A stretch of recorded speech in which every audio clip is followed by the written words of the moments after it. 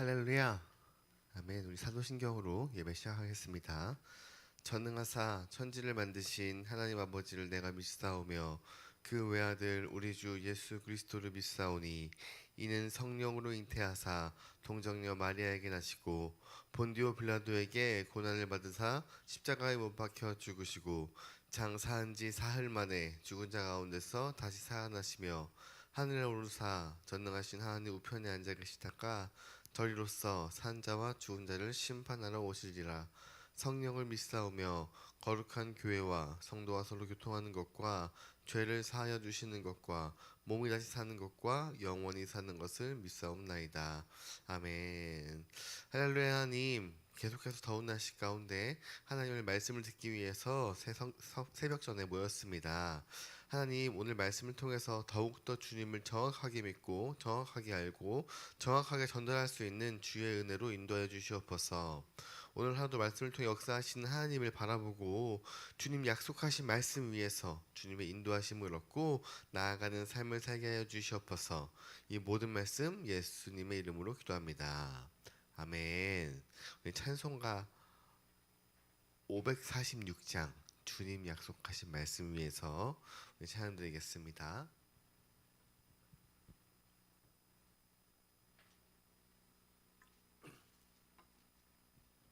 찬송가 546장입니다. 주님 약속하신 말씀 위에서 영원토록 주를 찬송하리라. 소리 높여 주께 영광 돌리며 약속 믿고 굳게 서리라. 굳게 서리. 영원하신 말씀 위에 굳게 서리. 굳게 서리. 그 말씀 위에 굳게 서리라. 주님 약속하신 말씀 위에서 세상 염려 내게 엄습할 때에 말씀하게 힘써 싸워 이기며 약속 믿고 굳게 서리라. 굳게 서리. 영원하신 말씀 위에 굳게 서리. 굳게 서리. 그 말씀 위에 굳게 서리라.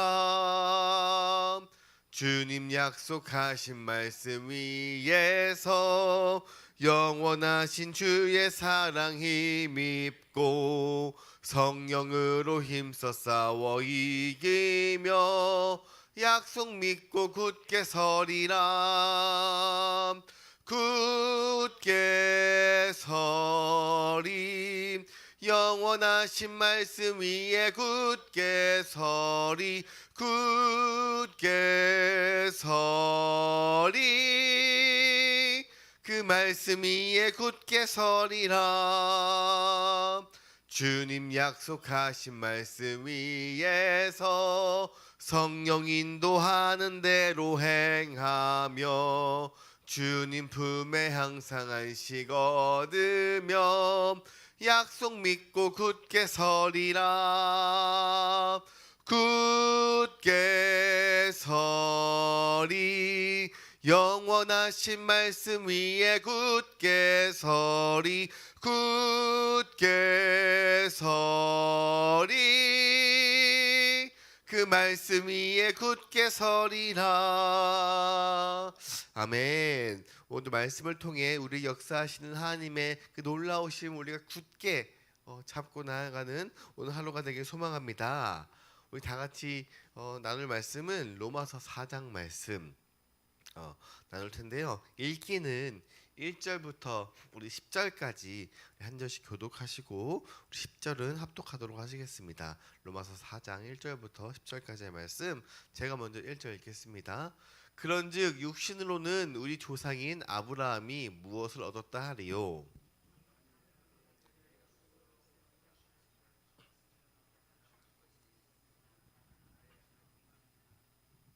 성경이 무엇을 말하느냐? 아브라함이 하나님을 믿음에 그것이 그에게로 의로 여겨진 바 되었느니라.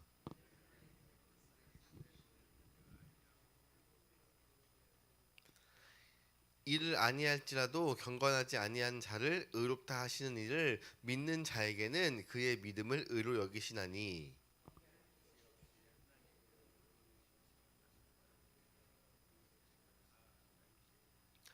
불법이 사함을 받고 죄가 가려짐을 받는 사람들은 복이 있고,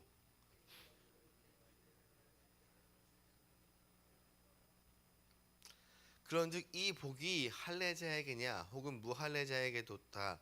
무릇 우리가 말하기를 아브라함에게는 그 믿음이 의로 여겨졌다 하노라. 그런즉 그것이 어떻게 여겨졌느냐? 할례시냐 무할례시냐? 할례시가 아니요 무할례시니라. 아멘. 할렐루야. 이것은 하나님의 말씀입니다.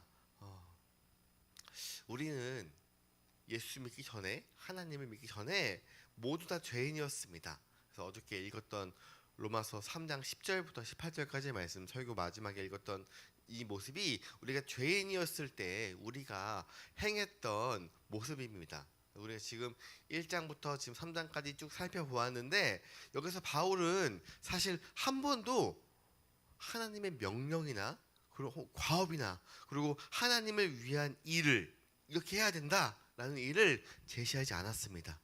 이렇게 해라, 저렇게 실천하라, 이러한 것도 권면하지 않았어요. 지금 이 로마서를 쓴 대상이 누구라고 제가 얘기했죠? 로마에 있는 이미 믿고 있는 사람들, 이미 복음을 알고 복음이 들어간 사람들에게 지금 이 편지를 썼잖아요. 그런데 그런 사람들에게 1장에는 다시 한번 복음에 대해서 말씀을 하셨고, 그리고 2장과 3장을 통해서 우리 모두는 다 죄인이다, 이 사실을 다시 한번 선포했습니다. 바울은 아직 한 번도 이 로마 사람들을 만나지 않았어요. 아는 상태에서 지금 이 편지를 쓴 거예요. 왜 이렇게 지금 처음부터 이미 믿고 있는 사람들에게 복음을 강조하고 너희들은 죄인이었어, 이것을 계속 강조했을까요? 왜냐하면 그들이 이 받은 구원이 철저하게 하나님의 은혜로 받은 것임을 알게 하기 위해서 이렇게 수차례 이것을 강조했습니다. 왜냐하면 이 자신들은 성도에 대해서 이 바르게 알고 정확하게 알고 이해하지 않으면 혼란이 오고 오해가 생기고 갈등이 생기고 문제가 생기는 것을 1차, 2차 전도 여행을 하고 그곳에 교회를 세우고 나아가는 것에서 많은 경험을 했기 때문이에요. 이미 많은 시행착오를 겪어서 이제 로마 사람을 만나기 전에 미리 내가 편지를 써서 너희들은 이러한 과오를 범하지 마, 그렇기 때문에 너희의 지금 위치를 정확하게 알아야 돼 라는 것으로 그렇게 편지를 쓴 것입니다. 우리 모두는 구원받기 이전에 다 죄인이었죠. 그래서 우리 믿는 자들은 하나님 앞에 다시 새로운 피조물이지만, 그런데 문제는 우리 안에 있는 죄의 원리와 죄의 습관은 이거는 버리지 못해요. 나도 알고 있잖아요. 본인도 알고 있잖아요. 아, 내가 이렇게 하면은 안 되는데 왜 자꾸 옛날 것이 자꾸 나올까? 이런 식으로 우리는 생각하지만 이것을 쉽게 버리지 못해요. 그래서 우리는 이 세상에서 살아가면서 믿는 사람들만 만나고 사는 건 아니잖아요. 믿지 않는 세상 사람들과 어울릴 때에 그들이 죄인인 줄 우리가 알아야 돼요. 그들이 죄인인 줄 알면 그들이 하는 행동에 대해서 우리가 불만을 표현하거나 분노하거나 실망하지 않을 수 있어요. 오히려 우리 마음에 저 사람도 빨리 구원을 받아야 되는데 라는 긍휼의 마음으로 상대를 바라볼 수 있다는 것입니다. 그리고 우리도 모두도 과거에 죄인이었던 사실을 우리가 분명하게 인식해야 하나님의 은혜를 더 깊이 경험하고 이해할 수 있게 되는 것입니다. 하나님은 죄인에게 가장 필요한 것이 은혜라는 것을 알고 있어요. 그렇기 때문에 우리에게 은혜를 먼저 주십니다. 죄인에게 은혜를 주시는 것이 바로 하나님의 공의인 것입니다.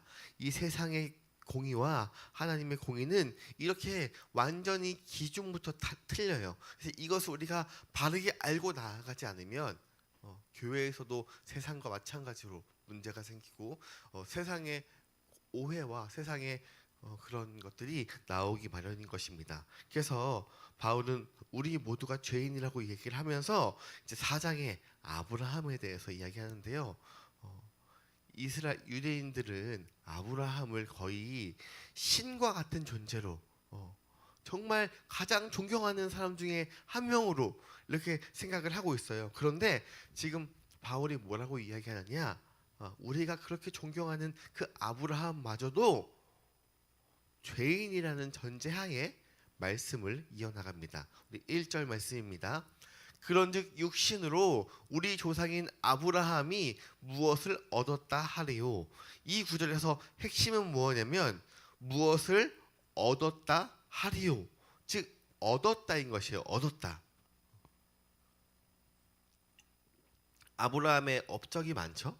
창세기에 어떻게 나오는데 그런데 만약에 이 아브라함의 행위를 이야기하고 우리도 아브라함처럼 닮아야 된다. 만약에 이것을 강조하였다면 무엇을 얻었다가 아니고 무엇을 하였다 하리요라고 할 거 아니잖아요. 그런데 지금 이 아브라함의 믿음의 조상으로서 여러 가지를 했지만 지금 여기서 중요한 것은 그 아브라함이 한 일이 아니라 하나님이 아브라함에게 주신 그 어떠한 무엇을 얻었다, 얻은 것을 이야기합니다.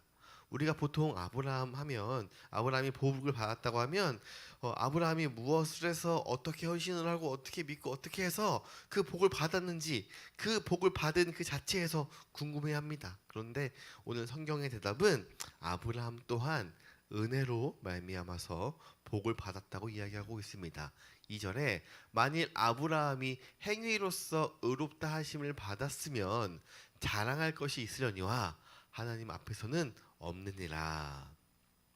창세기에 굉장히 많은 아브라함의 업적이 나오지만 그가 복을 받은 이유는 그 엄청난 행위가 아니라 아브라함 또한 죄인이었고 하나님은 그런 아브라함에게 은혜를 주셨다는 것입니다.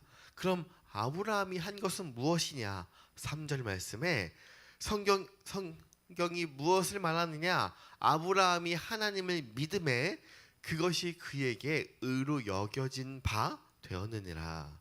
그러니까 아브라함이 한 일은 하나님을 믿은 거예요.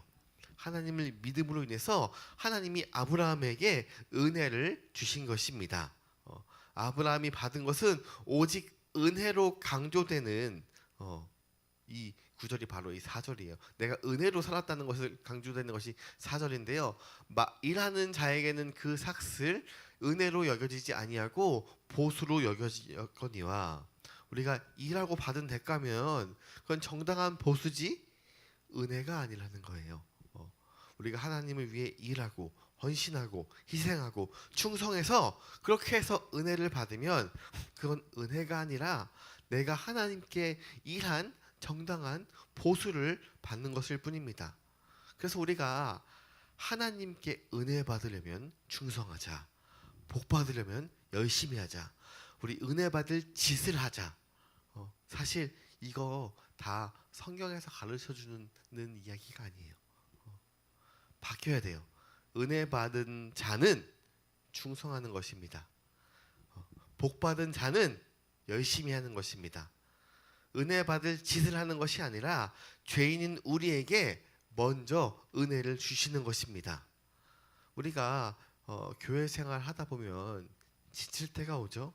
근데 보통 우리가 일반 사람들이 지치는 이유 중에 가장 큰 이유가 뭐냐면 내가 한 만큼의 결과가 안 나올 때예요. 내가 이렇게 시간을 투자하고 이렇게 했는데 결국 이거밖에 안 돼? 이럴 때에 지치고 힘들고 막 이러는데 마찬가지로 우리의 신앙생활을 하다가 지치는 것도 내가 하나님을 위해서 이렇게 수고하고 교회를 위해서 이렇게 충성했는데 하나님이 나에게 적게 해주신다고 생각할 때 우리가 지치는 거예요. 내가 하나님 앞에서 이렇게 헌신했는데 이렇게 봉사했는데 이렇게 희생했는데 왜 나에게 이런 시련을 주시나요? 이러면서 낙심하고 지칠 때가 많습니다. 복과 은혜를 기대하고 우리가 신앙생활을 하면 지칠 수밖에 없어요.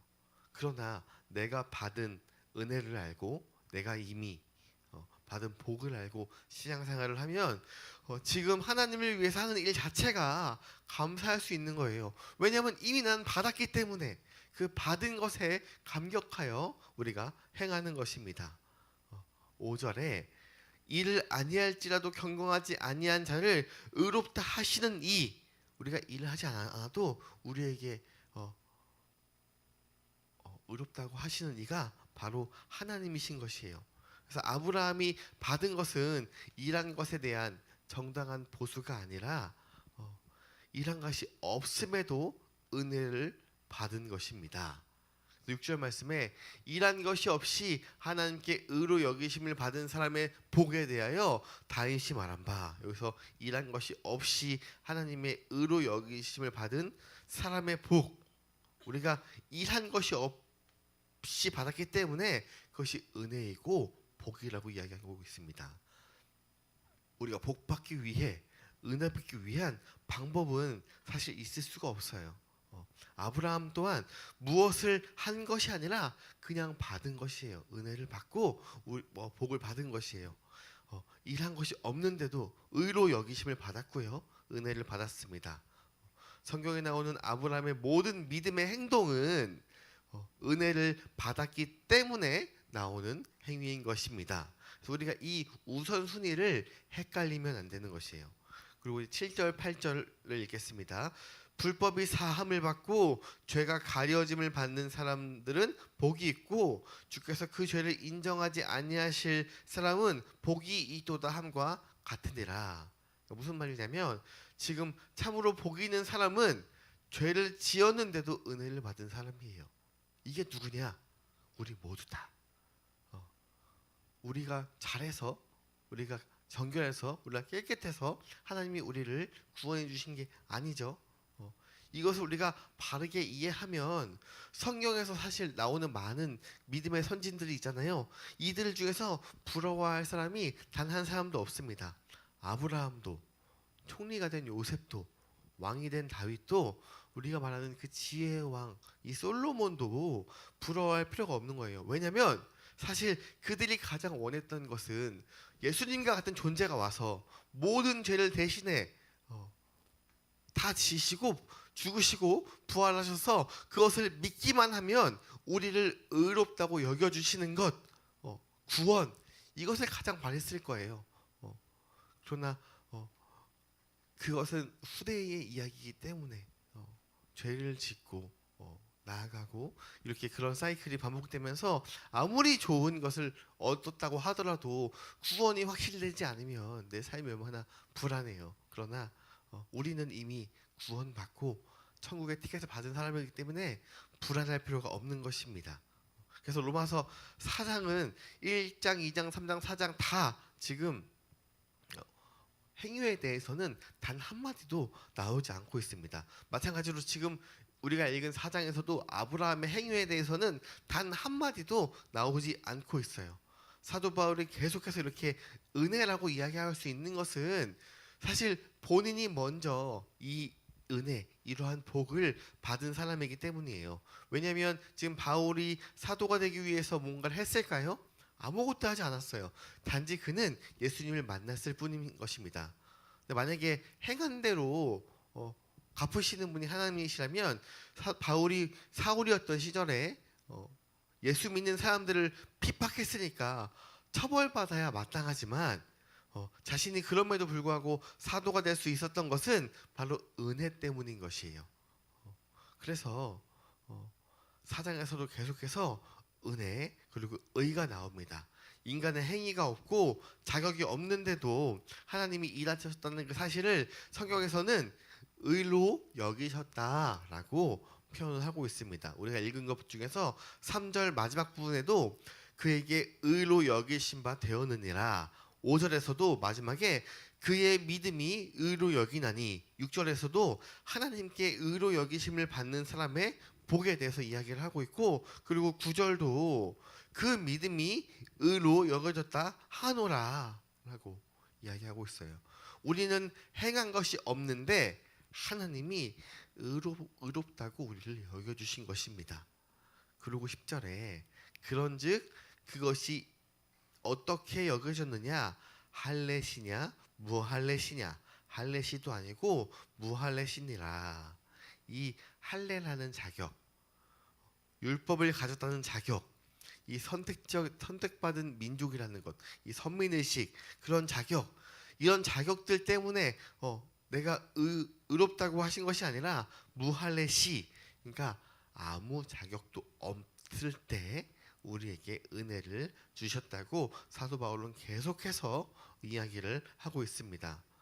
물론 아브라함은 할례를 받았어요. 그러나 중요한 것은 아브라함이 할례를 받은 이후에 하나님의 은혜를 받은 것이 아니라 하나님의 부르심을 먼저 받고 하나님의 은혜를 주시고 하나님이 아브라함을 의롭다고 여긴 후에 그 후에 할례를 받았습니다.